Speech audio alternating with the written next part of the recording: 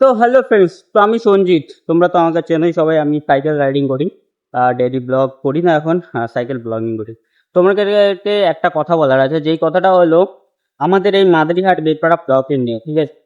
মাদারিহাট বেতপাড়া ব্লকের যেটা হলো আমাদের মাদারিহাট অঞ্চলে একটা কাজ, মানে অনেক বহু কাজ, একটা না বহু কাজ এখন পর্যন্ত হয়নি, পেন্ডিং আছে। কিন্তু এখানটায় বিল পাস হয়ে গেছে। তার মানে এখানটায় বোঝা যাচ্ছে যে আগেকার যে পার্টি ছিল তারা কিরকম দুর্নীতি করেছে। আর বাদ বাকি যে আমাদের এর সাথে ভিডিও যুক্ত আছে সেটাও বোঝা যাচ্ছে। কারণ এটুকু স্বাভাবিক কথা, সবাই জানে যে এখানটায় কাজ না হওয়া আগে অবধি সরকার কোনো টাকা পেমেন্ট, মানে যারা করেছে কাজ তাদেরকে দিতে পারে না। মানে এখানটা কাজই হয়নি তো টাকা কাকে দিবে, সেটা হলো আসল কথা।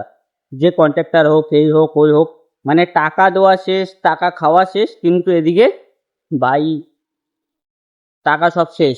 আর এই কথাগুলো জানতে পারতাম না যদি টুম্পা সূত্রধর, যেটা আমাদের বুনু, ছোট বুনু, তো ও না থাকলে এটা জানতে পারতাম না। কারণ ওর আন্ডার ওই ভিডিওতে তুলে ধরেছে যে এরকম এরকম হচ্ছে, ভিডিওর কাছে হিসাব চাচ্ছে, হিসাব দিচ্ছে না, কিন্তু এরা যা হিসাব আছে সব দিয়ে দিচ্ছে যে এত টাকার কাজ হয়েছে, কোথায় কাজ, কাজ দেখাতে পারছে না। তো রাতারাতি কি করছে, যারা কাজ নিয়েছিল কন্ট্রাক্টর, এই আগের দলের লোকগুলো, তারা কি করছে যে এখানটায় সঙ্গে সঙ্গে কাজ করে শুরু করে দিচ্ছে রাত্রে। মানে ভোটের আগে কি করেছে, যখনকার কাজগুলো আসছিল তখনকার কি করেছিল, তখনকার কিছু নেই, তখনকার কিছু করেনি, কিন্তু তারপরে করেছে। তা এখন আমি বিপাড়া থেকে যাচ্ছি বাড়ি, জানি না এরপরে কি হবে, কারণ ভিডিও দেখলে অনেকের খারাপও লাগতে পারে। কিন্তু এটাই সত্যি কথা, তোমরা ভিডিওটা ভালো করে দেখো। আমি এইখানটায় এই ভিডিওতে অ্যাটাচ করে দিচ্ছি যে টুম্পা সূত্রধর এখানটা কি কি বলেছে আর ভিডিওর সাথে কি কি কথা হয়েছে। পুরো কথা তো দিতে পারবো না, কিন্তু কিছু কিছু ক্লিপ আমি তোমাদেরকে দিয়ে দিব, এইখানটাই দেখতে পারবা। ঠিক আছে, চলো এখন যাই বাড়ি। নমস্কার, আমি টুম্পা, আছি মাদারিহাট ভিডিও অফিসে, একদম ভিডিওর ঘরে। আজকে এভাবে ক্যামেরা অন করে বলতে বাধ্য হচ্ছি, উনি আমরা কি জানি সরকারি কাজ হবে, তারপর কন্ট্রাক্টর বিল পাবে। ওনার জন্য ঘরের লোক, মার ছেলে, মাসির ছেলে, উনি টাকা দিয়ে দিয়েছে, পেমেন্ট করে দিয়েছে। তখন কোনো মানে ভেরিফিকেশন, ইনকোয়ারি কোনো কিছু প্রয়োজন হয়নি। এখন যখন আমরা এসে কাগজপত্র সব প্রমাণ নিয়ে বলছি এই জায়গায় কাজ হয়নি, আপনি চলুন ভেরিফিকেশন করবেন, না উনি এখন না 6 দিন পরে যাবে।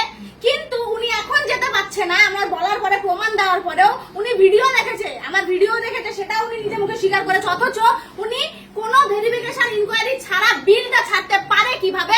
এই হচ্ছে আমাদের মাদারিহাটের ভিডিও। নামটা দেখো, অমিত কুমার মন্ডল, ভিডিও অমিত কুমার মন্ডল। এই মাদারিহাট ভিডিও অফিসের ভিডিও।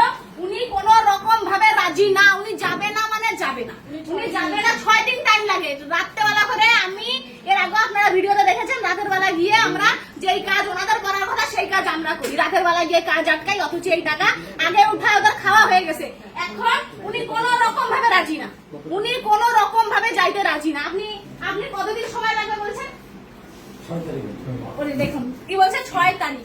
আর আপনি বিল যখন দিলেন তখন আপনি আগে কিছু করেছিলেন কি? তখন আপনার 6 দিন, আপনি তখন দিয়ে একবার দেখে আসলেন না। এখন প্রমাণ দেওয়ার পরে আপনি বলছেন যে 6 দিন পরে কাজ হবে। রাতারাতি আমরা যাবো আর ফোন করে বলবো ভাই কাজ করো, বলে বাস হয়ে যাবে।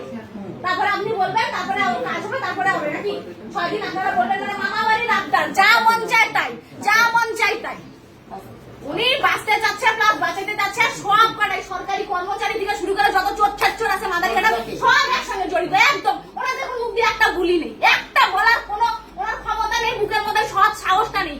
যদি থাকতো তাহলে আজকে উনি এখনই, উনি ইঞ্জিনিয়ারকে ডাকতে পারছেন না, ইনকোয়ারিতে যেতে পারছেন না। ওনার বুকে সৎ সাহস থাকলে উনি এভাবে চুপ করে বসে থাকতো না, প্লাস এখন ইনকোয়ারিতে যেত। উনি ওনার বুকে সৎ সাহসটুকু নেই। এই হচ্ছে অবস্থা। কি হারে দুর্নীতি এরা করেছে, আর সরকার পরিবর্তন না হলে কি দুর্নীতিটা এরা করতো, এই যে একদম মানে নমুনা আমি আপনাদের সামনে তুলে ধরলাম।